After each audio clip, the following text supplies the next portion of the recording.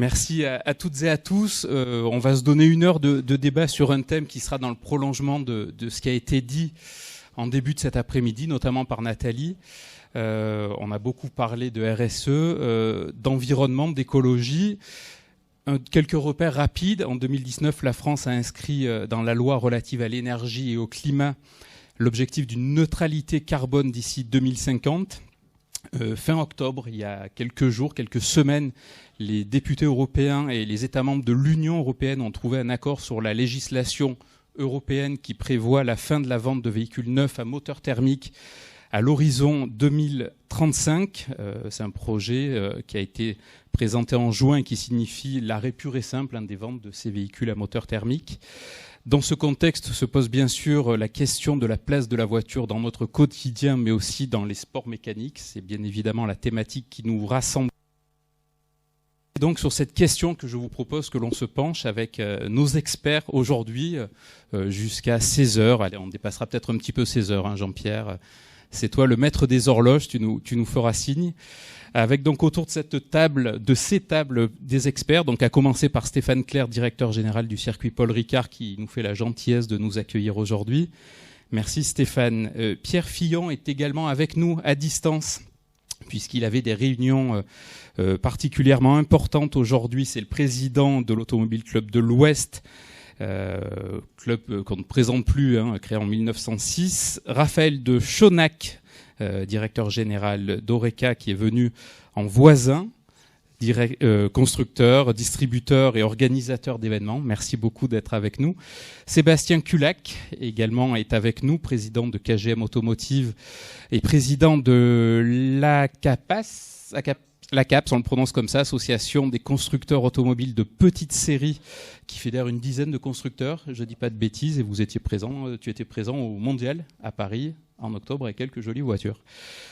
Claude Michy, président de PHA, qui est également en visio à distance avec nous, qui est l'organisateur du Grand Prix de France MotoGP au Mans. Et puis également Patrick Peter, qu'on ne présente plus non plus, qui est président de Peter Auto, organisateur d'événements prestigieux comme le Mans Classique, le Tour Auto entre Paris et Cannes, je ne dis pas de bêtises, le Rallye des Princesses et bien sûr les 10 000 tours pour les passionnés d'anciennes mécaniques. Et puis également avec nous, juste à côté de moi, je le cache peut-être un petit peu, j'en suis désolé, c'est Rodolphe Penaud, qui est le vice-président de l'ADEPA, l'association des écoles de pilotage, qui nous apportera lui aussi son éclairage. Juste 2 petits chiffres, et on rentre vraiment dans le débat. Des chiffres qui sont d'ailleurs dans ce très joli supplément Jean-Pierre, c'est ce que pèsent les sports mécaniques dans la réalité économique de la France aujourd'hui, puisque le CA cumulé des entreprises de sport mécanique, c'est 2,3 milliards d'euros. En ordre d'idée, le football, c'est 7,5 milliards et le golf, c'est 1,5 milliard. Donc on voit le poids de ce secteur d'activité. Et puis un autre chiffre, c'est en 10 ans le nombre de licenciés dans les sports mécaniques qui a progressé de 20%, ce qui montre l'engouement constant et croissant pour ces disciplines. Cela étant dit, on va démarrer les échanges. Je vais me tourner vers toi, Stéphane, si tu en es d'accord, parce que tu dis les choses de façon cash. Est-ce que dans le contexte actuel, le contexte écologique qui se présente à nous, il n'y a pas un risque de tuer les sports mécaniques ? Oui, alors évidemment, quand on entend qu'il va y avoir une telle révolution, qu'on va passer donc d'un moteur thermique ou d'un moteur à combustion depuis un certain nombre d'années à une nouvelle forme de motorisation, qu'on n'est même pas sûr de connaître aujourd'hui, on se dit attention, qu'est-ce qui va se passer ? Moi, je crois que l'enjeu, il est même plus loin que ça. C'est-à-dire qu'il est de dire qu'aujourd'hui, les politiques, en donnant une date et en mettant un peu la pression sur tout le monde, y compris les constructeurs, il a voulu tirer un signal d'alarme. Et ça, on doit s'en féliciter. C'est-à-dire qu'il faut pas, on va pas mourir idiot et on va pas mentir. Il faut s'en féliciter et se dire que voilà, maintenant que le signal d'alarme est tiré, on est tous au courant de la nécessité de changer. Et le fait de changer la motorisation, pourquoi pas ? Finalement, l'industrie automobile, elle a connu déjà des révolutions et on peut faire de la course en vélo, on peut le faire en voiture à pédale, on pourra bien le faire en voiture électrique, hydrogène, nucléaire, tout ce qu'on voudra. Je pense que ça ne changera rien. Le problème, c'est que 2030, c'est demain. et que le temps qui nous reste pour réagir, il est déjà trop court. Et je pense que les constructeurs s'en sont aperçus, donc ils vont à vitesse grand V pour trouver des solutions qui sont peut-être des solutions temporaires, c'est-à-dire que ce n'est pas forcément celle de 2030 qu'on est en train de nous présenter, mais tout le monde a passé la surmultiplier pour essayer de trouver des solutions. Alors, nous, notre problématique en tant que sport mécanique, à mon sens, c'est le temps est court et on manque de visibilité. Ça veut dire qu'il n'y a aucun cap qui nous a été donné. Autant aux constructeurs, on leur a dit sur la route, voilà ce qui va se passer. Autant en matière de sport, personne ne nous a rien dit. Personne, ni au niveau international, ni au niveau national, personne ne s'est posé la question de savoir si ça se passe dans la vie de tous les jours, qu'est-ce qui va se passer sur nos circuits, qu'est-ce qui va se passer dans nos rallyes, qu'est-ce qui va se passer dans nos courses de moto. Et l'enjeu, il est considérable parce que 2030, peut-être 2035, peut-être des dérogations, j'allais dire qu'en termes de cycle économique pour nos entreprises, c'est vraiment très difficile et donc il faut y réfléchir dès aujourd'hui. Et le fait qu'on en débatte aujourd'hui va peut-être permettre de faire un peu avancer les choses, mais malheureusement, on est une partie ici des acteurs, mais on attend qu'on nous donne des informations, c'est-à-dire qu'on n'a pas la maîtrise de ce qui va se passer. Alors, est-ce que ce constat, Pierre Fillon, est-ce que vous le faites vous aussi, ce délai court, ce calendrier contraint et donc forcément trop serré? C'est vrai que le calendrier est contraint, c'est-à-dire on voit aujourd'hui des actions d'éco-terroristes, entre guillemets, j'ai envie de dire, un peu partout, qui s'attaquent un peu à l'automobile et qui commencent à s'attaquer au sport mécanique. On a vu la naissance au Mans d'une organisation qui s'appelle Stop 24 heures, qui veut ni plus ni moins interdire les prochaines 24 heures en 2023 par des actions choc. Alors ça peut paraître anecdotique, mais je crois qu'il faut prendre très au sérieux. Je pense qu'aujourd'hui, le sport, nous, le motorsport, on doit s'attaquer au problème, parce qu'effectivement, vous parliez de savoir si le sport mécanique pouvait disparaître. Je pense que si on ne fait rien, oui, il y a un vrai risque qu'il puisse disparaître. C'est-à-dire, on n'a pas attendu, ces organisations et d'autres signaux d'alarme qu'on a pu avoir, parce qu'on a des moyens d'agir très vite. Il y a un premier moyen que nous on a déjà mis en place, puisqu'on utilise cette année un carburant 100% renouvelable qui permet d'économiser 70% de CO2. Donc on sait que dans notre bilan carbone aujourd'hui, la piste sur les 24 heures du Mans, c'est 1,4% du bilan carbone des 24 heures. Donc on sait déjà agir sur cette partie-là. Et puis on prépare l'avenir, effectivement, avec est-ce que ça sera la fin du moteur thermique? On ne le sait pas encore. C'est vrai que l'Europe va adapter les moteurs en 2035. Nous, on travaille sur l'hydrogène, comme vous le savez, avec l'intention de produire l'hydrogène dès 2025-2026 aux 24 heures du Mans. Est-ce que ça sera avec des piles à combustible? Est-ce que ça sera avec des moteurs thermiques à hydrogène? On ne le sait pas, ça c'est un peu les constructeurs qui vont choisir. Mais voilà, il y a déjà des actions qu'on peut mettre en place. Mais oui, il y a une urgence à faire quelque chose. Par contre, il y a beaucoup de solutions. Donc soyons plutôt optimistes, mais soyons actifs et montrons qu'on fait déjà beaucoup de choses. Je me tourne vers Patrick Peter. Sur cette question-là, il y a une inquiétude chez vous?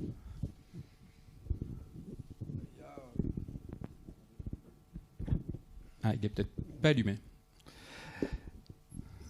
Il y a une inquiétude, il y a un vrai sujet, c'est évident. Alors, on n'a pas exactement les mêmes problématiques entre les voitures modernes et les voitures anciennes. Moi, je ne parle là qu'au niveau des voitures anciennes, mais comme l'a dit Pierre Fillon tout à l'heure, les émissions dues aux voitures sur la piste représentent une toute petite partie d'un événement. Donc, il y a tout le reste à traiter qui concerne aussi bien du rugby, du football, enfin n'importe quel événement. À chaque fois qu'il y a du monde, chaque fois qu'on déplace des spectateurs, il y a des émissions et on doit travailler là-dessus. Sur ce qui concerne les voitures anciennes proprement dit, d'abord, ce sont des voitures qui roulent très peu. On a obtenu aujourd'hui l'autorisation de rouler dans ce qu'on appelle les ZFE, les villes à faible émission, il y a des autorisations pour les voitures anciennes toute l'année, parce qu'on a démontré que c'était Ypsilon. Et puis, nous avons commencé à travailler sur le Mans Classique en 2023 avec des carburants de synthèse. Et avec des carburants de synthèse qui permettent de baisser les émissions de 70%. Alors, ce sont des phases de test. On a travaillé avec des voitures des années 50, 60, jusqu'en 80. Et il y a eu une parfaite compatibilité avec les voitures. Et on a l'intention de monter en puissance sur ces carburants de synthèse dès 23 et de continuer. Et je pense que dans un avenir assez rapide, on pourra utiliser pour toutes nos épreuves ces carburants. Donc ce n'est pas une émission zéro, mais c'est moins 70% d'un tout petit chiffre au départ. Donc une des solutions pour vous, c'est ces carburants moins carbonés. Absolument. Ensuite, on a, d'une manière générale, on doit reconnaître que la voiture ancienne bénéficie plutôt d'une certaine sympathie et c'est plus lifestyle que compétition pure et on a très peu de réactions négatives. Vous n'êtes pas confronté au même problème que Pierre Fillon évoquait? Écoutez, moi, en tout cas. Les 24 heures se déroulent au Mans début juin et le Mans Classique se déroule au Mans début juillet. Donc je reste extrêmement prudent et je suis à côté de Pierre pour vérifier tout cela et nous parer de tous ces problèmes. Très bien. Je vais continuer avec Sébastien Culac. Qui m'a adressé en préambule de cet échange un manifeste de quelques pages qui est plus une réflexion sur la situation. Sébastien pas des nostalgiques et des réfractaires, mais tous garderont en 2030 ce plaisir de se déplacer ou de du calendrier qui était soulevé dès le départ. On est vraiment là à marche forcée et pas en mesure.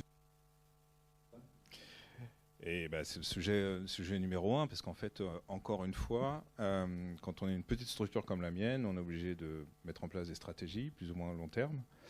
Et quand une décision tombe, on ne sait d'où, on ne sait pas pourquoi, on ne comprend pas, moi en plus, scientifique et ingénieur, d'où viennent ces décisions.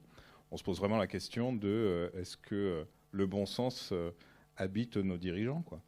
Et donc, quand on a répondu de façon très personnelle à la réponse par un grand non, on décale du coup le sujet.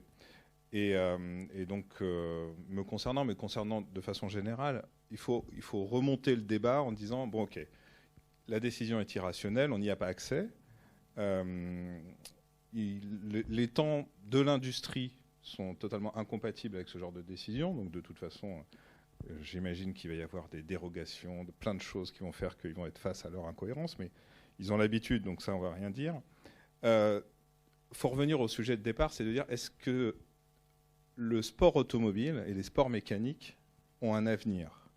Et en fait, je refuse que des dirigeants, qui sont nos élus, choisissent pour nous. Donc moi, j'ai dit oui, il va y en avoir un, et il faut qu'il soit radieux, il sera différent, mais il faut qu'il soit radieux. Donc, le GPSM a pour vocation aussi d'inscrire notre propre avenir et non pas se laisser guider.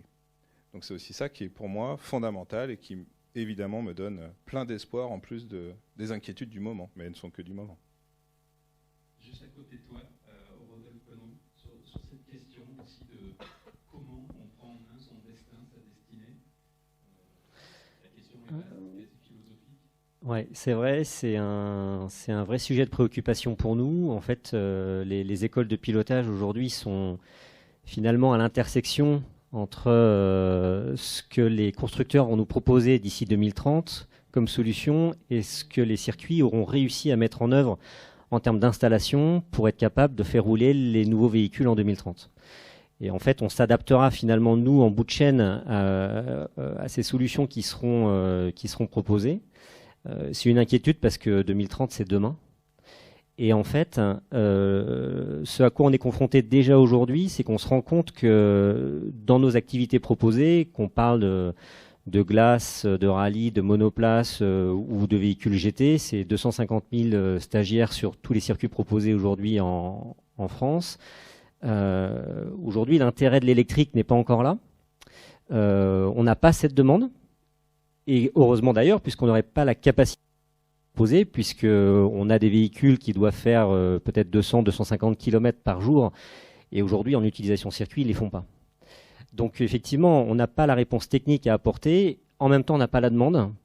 Et si en 2030, on n'a pas le choix que d'être obligé de faire rouler effectivement des véhicules électriques, c'est là où il y a une vraie préoccupation, puisque pour le moment, on n'a pas les réponses.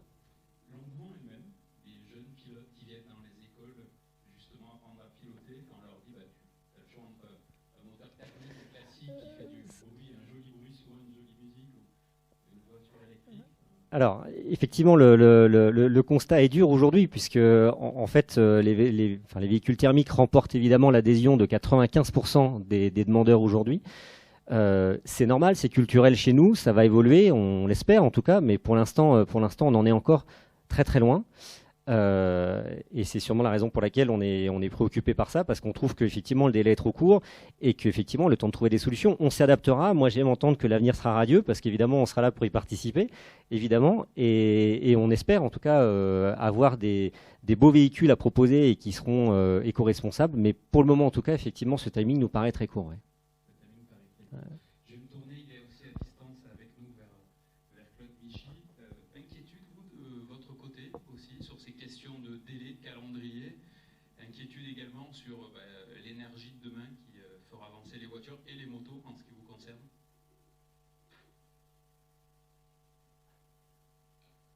On n'entend pas, je ne sais pas à qui s'adressait la question, mais je n'ai pas entendu. Oui, c'est à vous, Claude. Oui, Oui, je vous interroge. Je n'entends pas du tout en visio. Vous m'entendez? On n'entend pas le présentateur en visio. Je vous remercie. Bonjour à tous. Merci au GPSM Jean-Pierre Mougin. Merci à toi Stéphane d'accueillir tout le monde. Avec regret, mais bon, on est pas mal aussi, donc on est bien. Simplement, moi j'espère que vous avez bien écouté M. Breton, Thierry Breton, il y a 2 jours, au cours d'une interview, qui a dit mais attendez, les véhicules thermiques 2035 ou 2030, il faut continuer de construire des véhicules thermiques et pas avoir que des véhicules électriques, parce qu'il y a tout un tas de pays qui ne pourront pas avoir de véhicules électriques. Donc c'est assez intéressant. Et poussé dans ses retranchements par un journaliste, il dit mais attendez, il y a une clause de revoyure en 2026, on va voir ce qui est possible, ce qui n'est pas, etc. Et quand on mélange ça avec les propos de Carlos Tavares, patron de Stellantis, on voit qu'on est dans le dogme quand même assez constant. Alors ça ne veut pas dire qu'il faut être attentif à ce qu'ils veulent nous proposer, mais je pense que, les sports mécaniques ont toujours permis de progrès et de baisser de toute façon tout ce qui est bilan carbone, parce qu'il y a d'énormes progrès. Ça, c'est un point. Le deuxième point, c'est qu'on a besoin d'argumentaire. Et l'argumentaire, il est aussi avec quels sont les bilans carbone. Il faut bien que les gens vivent. Vous prenez ce qu'il y a de plus populaire sur le Tour de France, 270 000 tonnes de bilan carbone de l'ADEME. Pour Roland-Garros, 160 000. Là, ça a été produit pour la route du Rhum, 170 000 aussi. Donc, il y a un moment, il faut aussi comparer ce qui est comparable et pas se laisser enfermer, je dirais, par des ayatollahs ou autre. Ça, c'est un point qui me paraît important. Il y a des progrès, et tout le monde cherche à en faire. Il y en aura en MotoGP, puisque des carburants de synthèse, des biocarburants vont arriver dès 2024. Ça va être à 100%, je crois, 2026 ou 2027. Mais en plus, il faut bien que les gens vivent un peu. Donc, que ce soit des déplacements pour aller dans le football, pour aller dans le rugby, pour aller dans d'autres d'ailleurs. Moi, j'ai écouté le jour comme le commerce de Clermont, il y avait un débat là-dessus, où un garçon, un étudiant disait il faut arrêter le tourisme sportif. Il expliquait gentiment, il va après le tourisme tout seul, c'est-à-dire que de Lille pour aller à Nice, c'est fini, il faudrait qu'il aille se baigner dans la mer du Nord, et puis que ce soir, il n'y aurait pas en mode de Nice, que tout était terminé. Donc à un moment, il y a aussi la vie de chacun et le plaisir. Et donc le sport mécanique a des bilans carbone très très faibles par rapport à toutes les autres activités. Et je pense qu'il faut vraiment mettre ça en valeur. Ça ne veut pas dire tirer sur les autres, mais ça veut dire aussi qu'on n'est pas des mauvais garçons. Hein. On fait vivre l'économie. Tous les constructeurs font des progrès, que ce soit auto ou moto. Et donc, on doit être actif, mais pas s'enfermer et se créer des règles qui seront se laisser imposer des règles qui sont négatives pour tout le monde. D'accord, merci Claude. Je vais me tourner vers Raphaël, ici avec nous. Je te laisse prendre le micro. On a eu un échange passionnant en préambule de cette rencontre, où effectivement il y a cette question de calendrier, et un des éléments que tu mettais en avant pour arriver à une solution, c'était l'alignement de l'écosystème. Je crois que c'est les mots que tu as utilisés, en disant il faut bien sûr que les constructeurs, les promoteurs et que la réglementation soient en phase. Aujourd'hui, il manque quelques éléments là-dedans, notamment un cadre réglementaire. Oui, alors c'était effectivement, en tout cas, quelque chose auquel on réfléchit régulièrement, parce que nous, en tant que constructeurs, bien entendu, on est d'une certaine manière un élément de la chaîne, et parfois en bout de chaîne, on dépend naturellement des réglementations. Mais pour revenir un tout petit peu en arrière sur ce qui a été dit, je partage bien entendu tout ce qui a été dit par mes confrères, qui, même si, comme le disait Patrick, on a tous des métiers différents, même si on évolue dans un système équivalent, c'est vrai qu'il y a un point de départ qui nous est imposé, un timing qui peut paraître effectivement complètement fou pour des chefs d'entreprise qui ont besoin de quelque part de temps pour investir, ont besoin de stabilité. Ça, c'est une petite parenthèse, mais c'est vrai qu'on est passé dans un monde où vous écoutez les hommes politiques, ils sont un peu plus dictés par les aléas de ce qui peut effectivement ressortir en termes de communication sur les réseaux sociaux. Ce que disait Pierre est complètement aberrant sur cette association autour des 24 heures du Mans. Quelque part, ils s'approprient de plus en plus des événements dont ils n'ont que peu de connaissances. Et ce qui est très intéressant dans tout ce qui a été dit, c'est qu'en fait, il y a beaucoup de choses qui sont mises en place, que ce soit par les circuits, que ce soit par les promoteurs, que ce soit par les constructeurs, qui vont justement dans le sens, pour moi, et je me demande si ce n'est pas un label qui devrait être aussi un point de départ. Alors, je pense que le circuit Paul Ricard est une bonne locomotive de sport automobile responsable. Nous sommes des gens responsables parce qu'effectivement, nous travaillons pour un avenir de sport où le sport automobile devient responsable.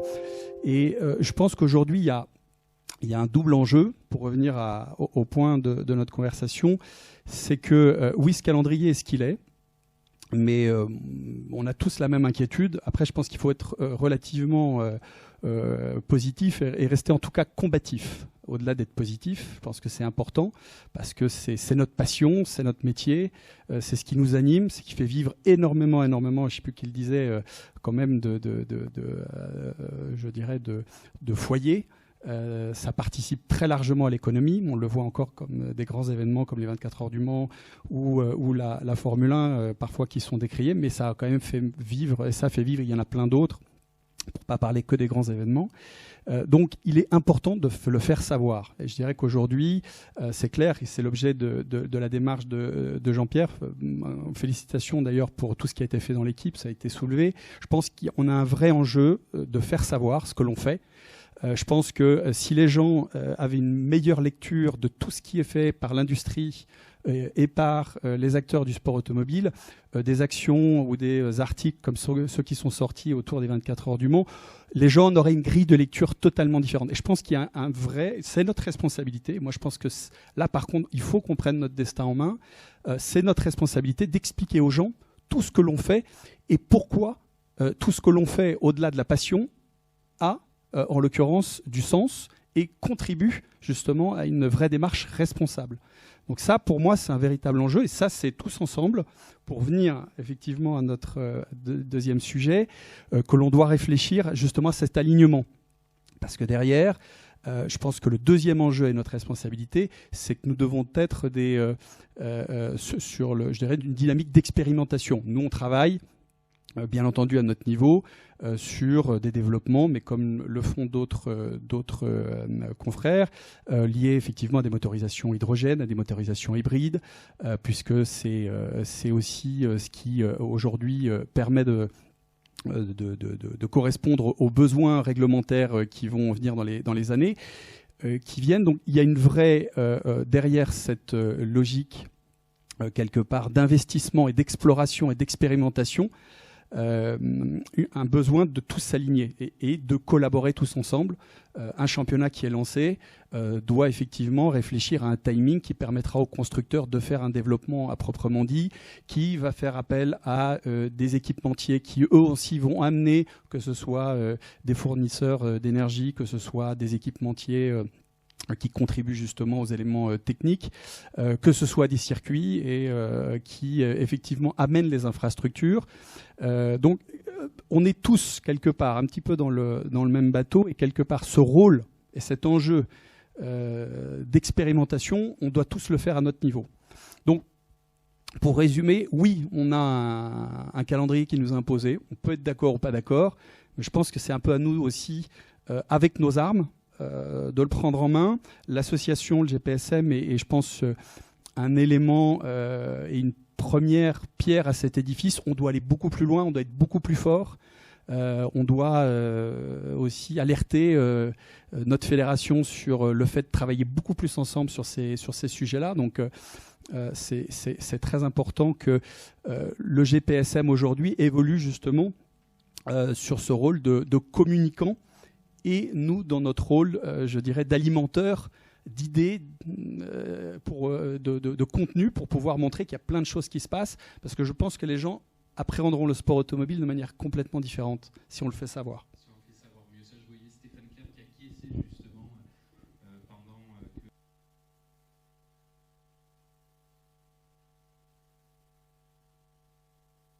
qui tournent ici, qui sont la cause de tous les maux écologiques du monde.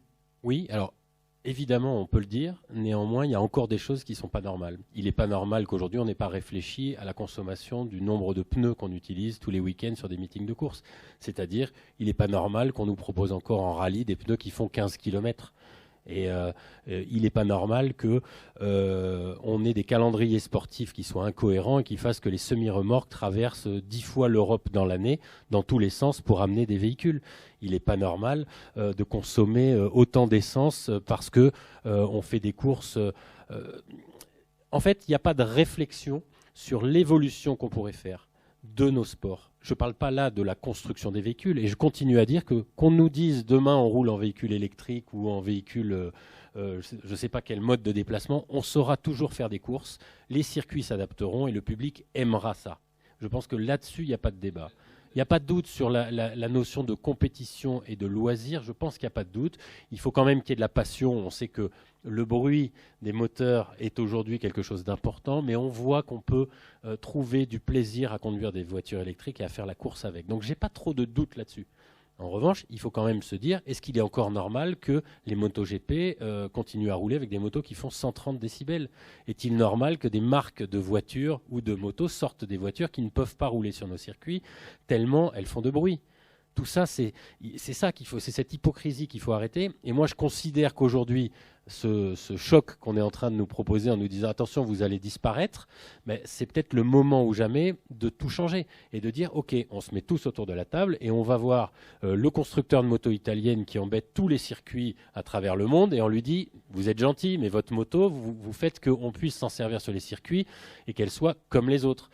Et vous faites, avec les pneumaticiens, vous allez les voir et vous leur dites ok, maintenant si les pneus, avec 4 pneus, on ne peut pas faire 4 heures de course, bah, c'est dommage. Trouvons une solution. Et ils vont vous répondre, mais on a la solution. Mais jusqu'à présent, personne n'a bougé parce que les règlements n'ont pas évolué, parce que personne n'a pris ce sujet comme un sujet positif, comme une opportunité de changer les règles et de se faire accepter. Donc ça rejoint le besoin de communication. Mais si on change ces règles, que le public constate que bah, désormais on use moins d'essence, moins de pneus, qu'on fait moins de bruit, bah, tout le monde sera content et je pense qu'on continuera à faire la course et que tout ira bien. Encore faut-il qu'on prenne ça en main en se disant voilà, notre enjeu il est là. Et aujourd'hui en fait on se dit oh là là, 2030 ils veulent nous enlever nos moteurs thermiques, c'est le problème. Le problème il est déjà là. Le problème il est maintenant. Si on veut continuer et être accepté dans notre société, il faut faire notre révolution.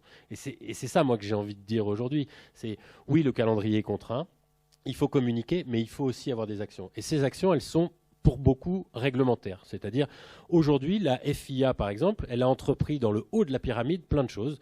On a vu les Formule 1 sont hybrides, la Formule I est donc électrique, mais en bas de la pyramide, Quand vous avez des voitures, les premières qui permettent d'accéder au sport mécanique, elles sont thermiques et elles font beaucoup de bruit. Il n'y a personne qui a réfléchi. En rallye, aujourd'hui, vous avez une petite catégorie de véhicules électriques. Est-ce que c'est normal ?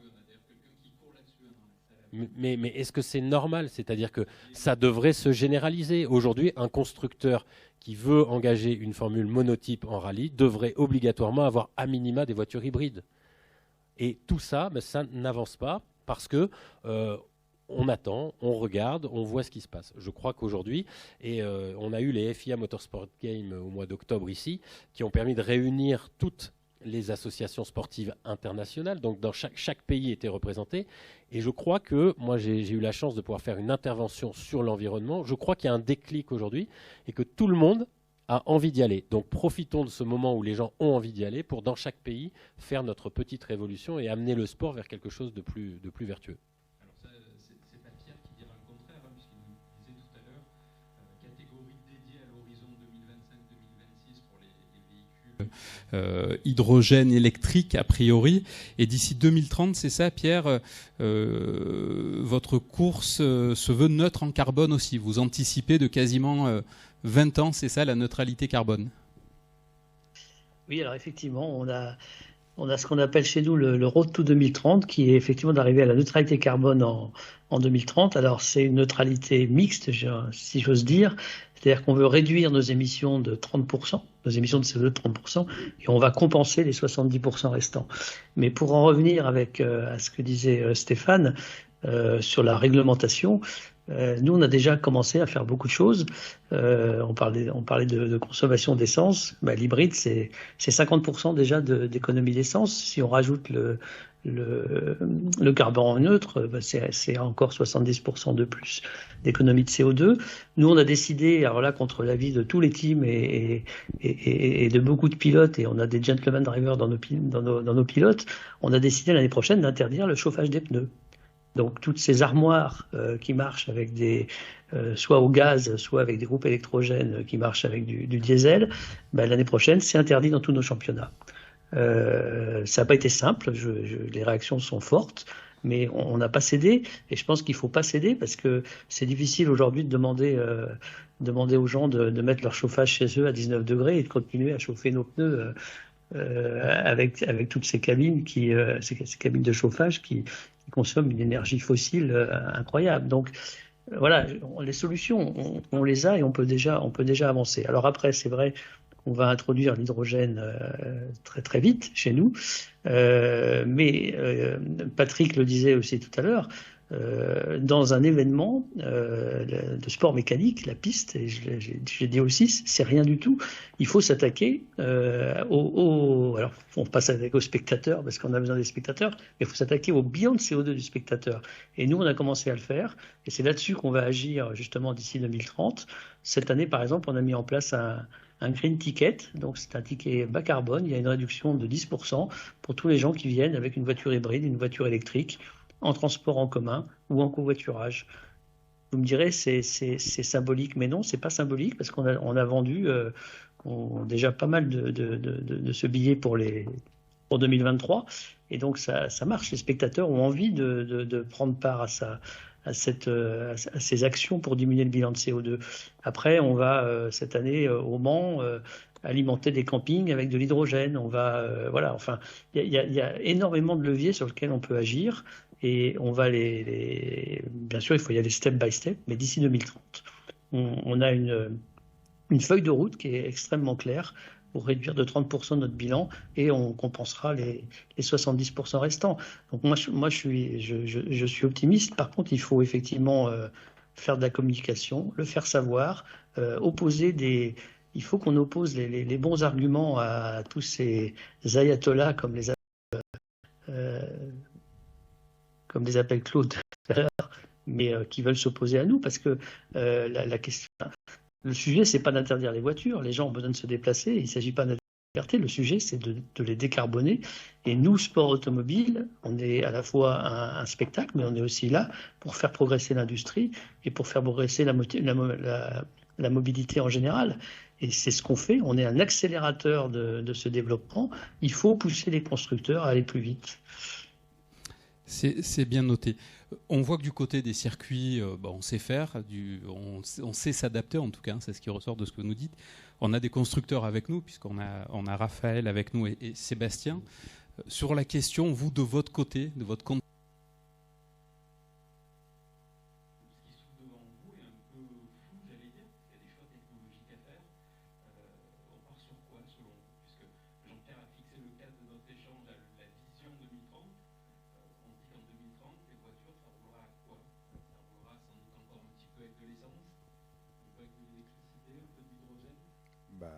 ma vision est simple, c'est j'espère avec tout.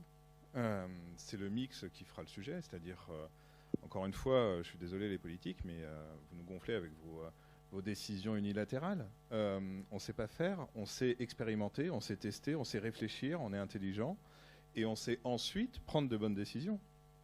Mais aujourd'hui, ce n'est pas le cas. Donc laissez-nous expérimenter, laissez-nous les techniciens, les ingénieurs faire les choses, et on prendra les bonnes décisions. Et ça, on sait faire. Je prends mon exemple de l'ACAPS, donc l'association des constructeurs petite série. Tous veulent venir dans le monde du sport auto pour promouvoir leur marque, etc. Il y a voilà, exactement. Et puis on voit bien ce mix qui est fabuleux, c'est-à-dire que il y en a un qui fait de la technologie pour décarboner l'essence, donc il va rajouter un petit peu d'hydrogène dans sa combustion pour baisser le taux de CO2. Il y en a un autre qui va être en full électrique, Beltoise avec ma voiture également, l'Icaps 200. On travaille sur du full électrique avec des catégories différentes. Il y en a un autre, ça va être un moteur plutôt full hydrogène, l'autre ça sera la moto, peu importe.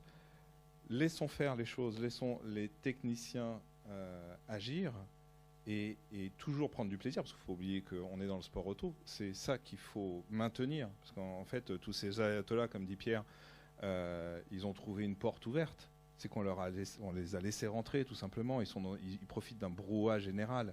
Mais si on restructure, et encore une fois, si on prend notre avenir en main, en faisant la promotion des différentes technologies pour pouvoir enfin choisir intelligemment, tout en prenant du plaisir. Je suis un hédoniste, je suis désolé. Eh bien, croyez-moi que les choses se feront beaucoup plus simplement. Comment ça se fait, d'ailleurs, petite question en aparté, mais que le politique a peu l'idée, avant de fixer une date, de se tourner vers les professionnels qui, de ce que je vois, sont plutôt bien structurés sur le sujet et ont des idées à faire savoir. Ouais, Stéphane l'a dit tout à l'heure, c'est-à-dire que je provoquais exprès, mais je pense que ça part tellement dans tous les sens. Il faut savoir qu'on est à la croisée de plein de chemins. Il y a des problématiques de bruit, des problématiques de santé publique, des problématiques de pétrole. Il y a tout un tas de choses qui font que les réflexions partent dans tous les sens. Au bout d'un moment, le politique n'a pas la science, justement, puisqu'on le voit bien. Il prend une décision, il crée une rupture, et autour de cette problématique, j'imagine, en tout cas je l'espère, et c'est ce qu'on fait nous, ceux qui ont la technique, ceux qui ont le recul, ceux qui ont l'expérience, pour pouvoir ensuite structurer.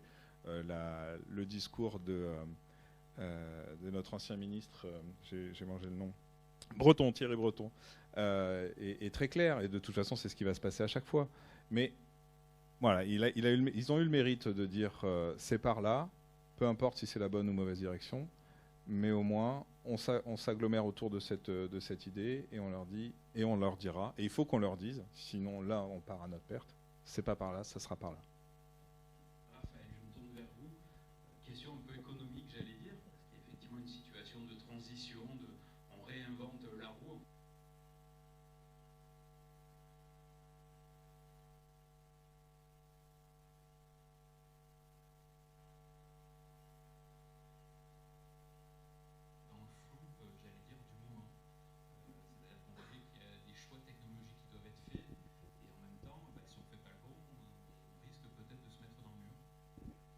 Je pense que le Covid nous a avait déjà bien aidé à nous apprendre à comment piloter une entreprise dans le flou. Non, c'est sûr que c'est une réalité. Après, très sincèrement, je pense que ce qui a été dit est vrai. C'est-à-dire qu'on est plus naturellement dans une croisée des chemins. Il y a eu un message très fort, mais qu'il faut plus prendre comme un signal. Il ne faut pas prendre comme une finalité. et il nous appartient d'y amener des réponses, et pas une réponse. Ils ont proposé une réponse, ça aurait pu être une autre.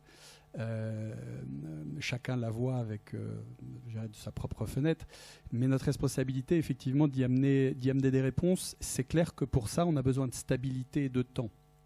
On ne peut pas lancer les investissements un jour pour après se voir changer une réglementation ou nous faire comprendre que finalement la voie prise n'est pas la bonne. Donc ça, c'est aussi quelque part cette notion d'alignement et notre responsabilité en tant que tous ensemble professionnels du sport automobile de bien, je dirais, stabiliser et aligner nos agendas. Une réglementation qui a une durée, qui permet à un promoteur aussi de s'installer dans le temps, de communiquer, de faire passer les messages, à des circuits de créer les infrastructures et à des constructeurs comme nous d'aller proposer les produits adéquats, fiables, performants, qui démontrent le progrès. Donc oui, je dirais, on est dans le flou, mais je ne pense pas qu'il faille, à mon avis, être stressé par ce timing du 2030. Je pense qu'il faut se l'approprier et d'amener des réponses.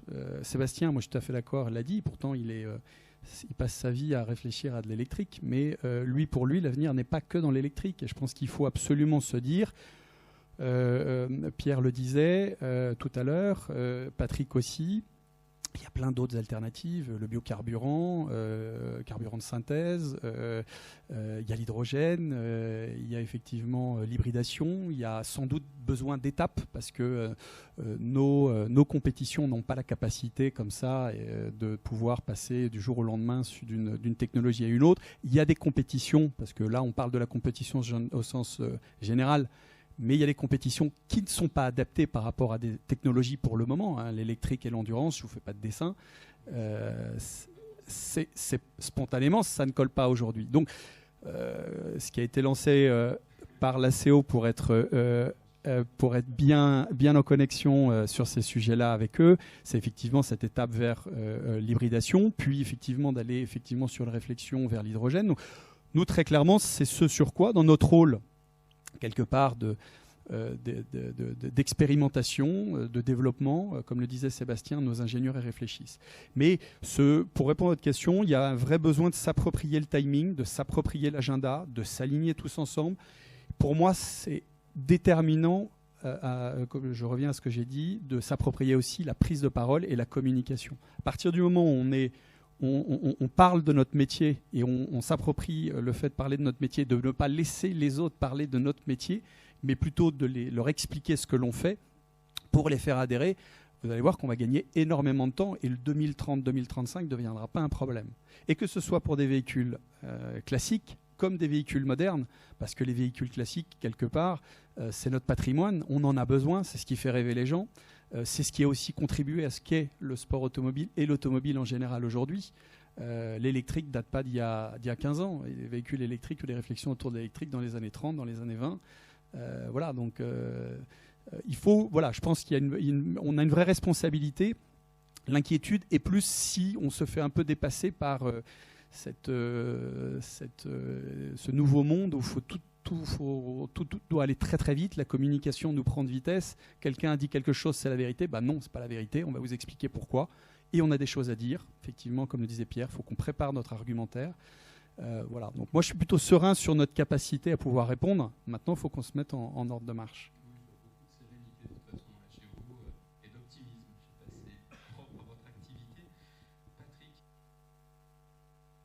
Et dire parce qu'on regarde dans le... Pourquoi ? Parce que je travaille avec des vieilles voitures ou parce que c'est mon âge?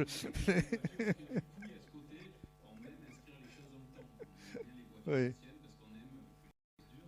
Si on se retrouvait ici en 2030, c'est pas très longtemps, c'est dans 8 ans, on se retrouve au même endroit ici, vous dressez quel paysage, j'allais dire, du sport mécanique?